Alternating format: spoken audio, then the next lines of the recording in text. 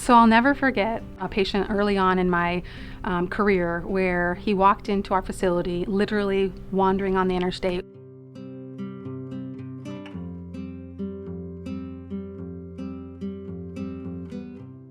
He had a state ID and $20 in his pocket, but he couldn't communicate his basic needs. He couldn't say his name. Early on in working with Robert, I knew that he had a story to tell. And I remember setting out to figure out, okay, I've got to figure out what this man's all about and where he's from and who he is and where he's trying to get to.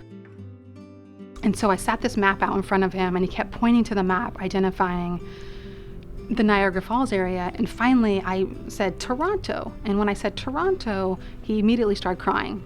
And so I then sat him next to me and said, introduced him to the web and said, let's start searching for your family in Toronto. And so I hit the first person on the list and it was a woman's name, and he again started crying and yes, yes, yes, yes, yes. And so I picked up the phone, called the person, and as soon as I said, hi, my name's Jonalyn, she thought I was a telemarketer and cut me off.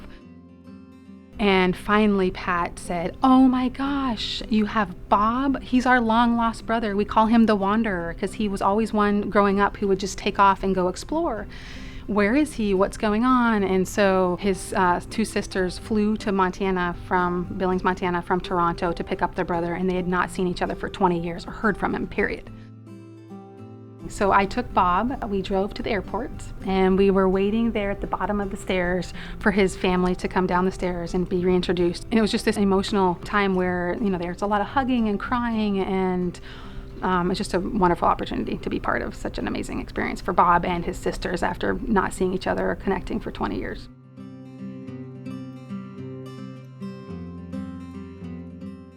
I felt like I was his lifeline, honestly, to the rest of this world and giving him the opportunity to live again and to enjoy life. And it drove home the meaning and purpose of why I'm a therapist.